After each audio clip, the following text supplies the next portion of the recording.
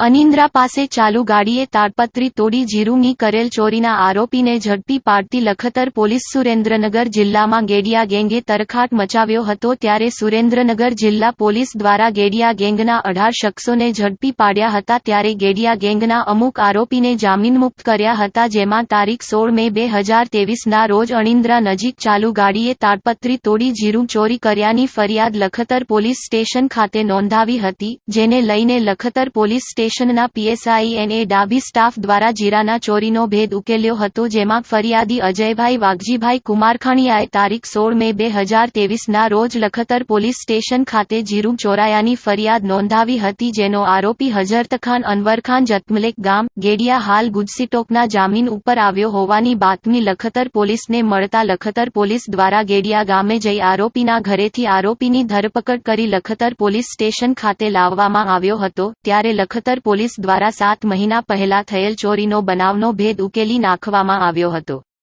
Report Jayantsinh Jhala.